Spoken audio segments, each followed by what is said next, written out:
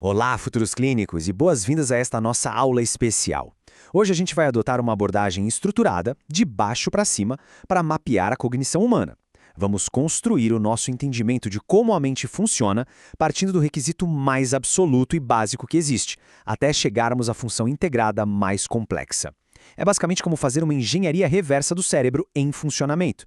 Então, vamos mergulhar de cabeça no assunto e preparar o terreno para a avaliação do estado mental. O roteiro da nossa exploração de hoje passa por 6 áreas vitais: consciência e orientação, foco da atenção, os arquivos da memória, estruturando o pensamento, a expressão da linguagem e, finalmente, compreendendo a inteligência.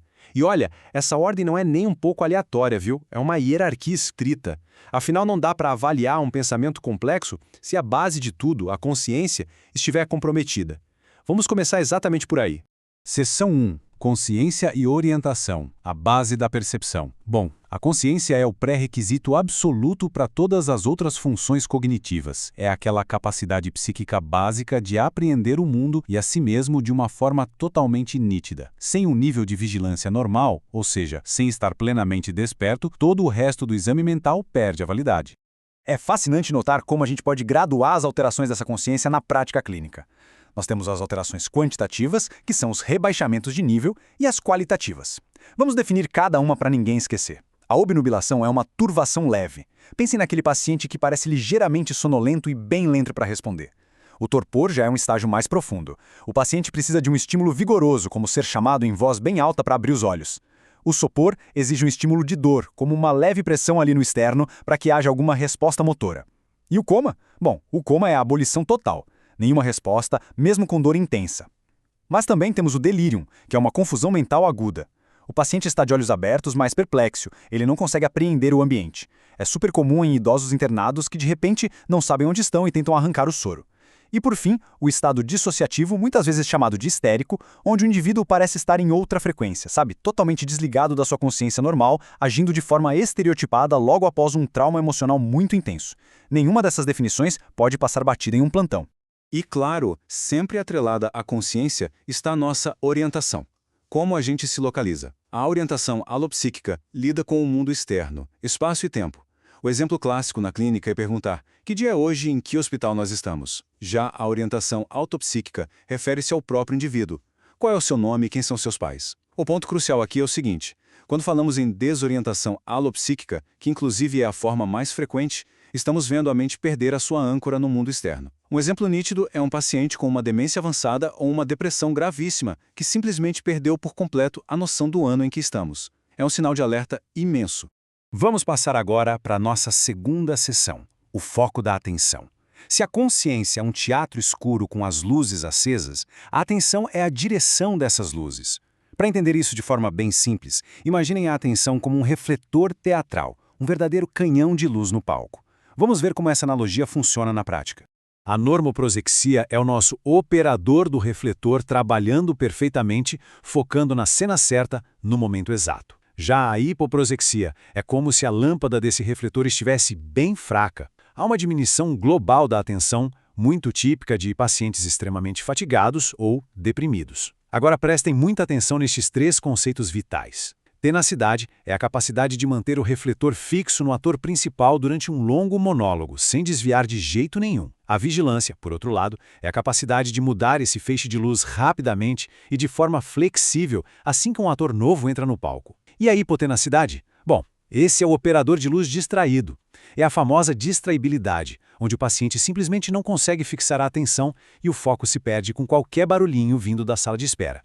Avançando para a seção 3, os arquivos da memória. A memória é o que constrói o nosso senso de identidade pessoal e social. É a incrível capacidade de codificar, registrar, manter e evocar experiências. Para dominar esse domínio, a melhor analogia é pensar no cérebro como um verdadeiro sistema de computador. Primeiro, a gente precisa entender a linha do tempo desse armazenamento.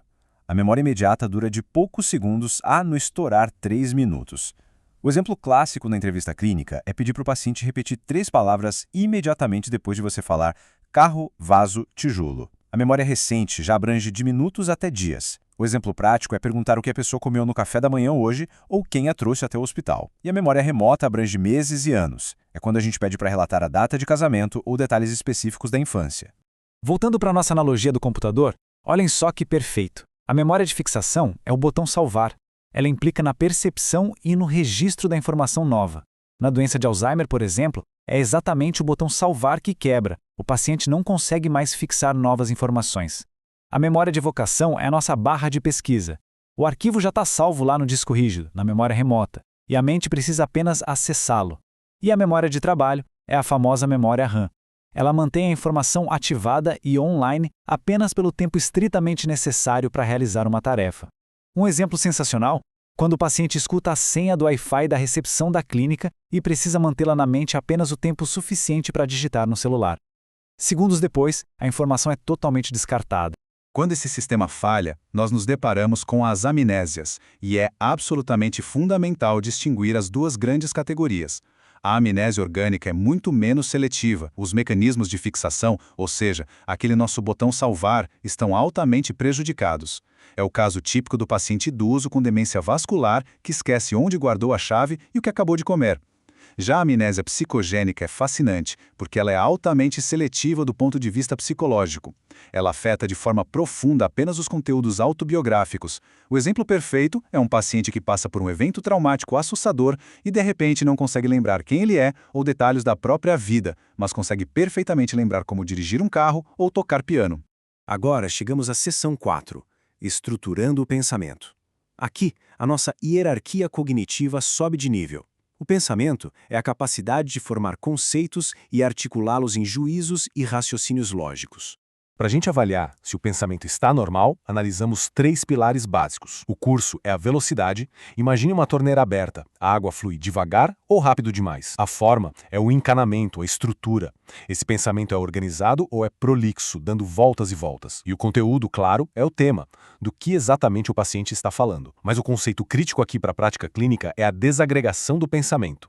É quando a estrutura simplesmente desmorona. O exemplo clínico clássico é a salada de palavras, muito comum em psicoses graves, como a esquizofrenia desorganizada ou em demências em estágio final. O paciente solta frases totalmente sem conexão lógica e a compreensão vira uma tarefa impossível.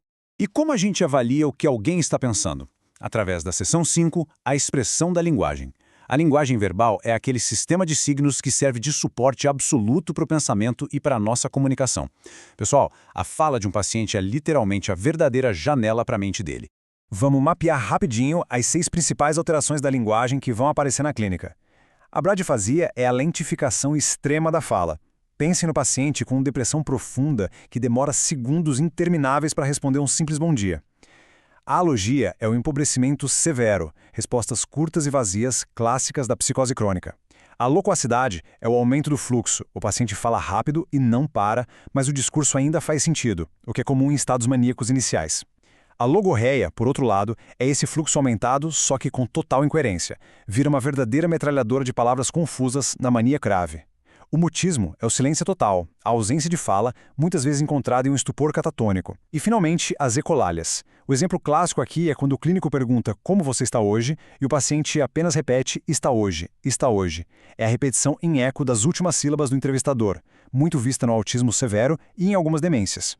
Finalmente chegamos ao topo absoluto da nossa pirâmide mental na seção 6, compreendendo a inteligência. A inteligência é o construto psicológico que expressa a totalidade das habilidades cognitivas. É literalmente a soma de todas aquelas partes que vimos até agora funcionando juntas em harmonia para resolver problemas. Quando esse sistema não se desenvolve em sua plenitude, nós classificamos as deficiências intelectuais em 3 níveis práticos essenciais. Na deficiência intelectual leve, o indivíduo consegue estudar, com bastante esforço, até o 6º ao 7º ano. Eles são relativamente independentes no dia a dia, podem pegar ônibus sozinhos, trabalhar, mas têm uma dificuldade enorme com leituras complexas e abstração matemática. Na moderada, o desenvolvimento escolar costuma travar ali pelo 2º ano. A pessoa é alfabetizada de forma rudimentar, o exemplo é conseguir copiar e ler o próprio nome, mas ela vai necessitar de rotinas muito estruturadas para dar conta de tarefas simples.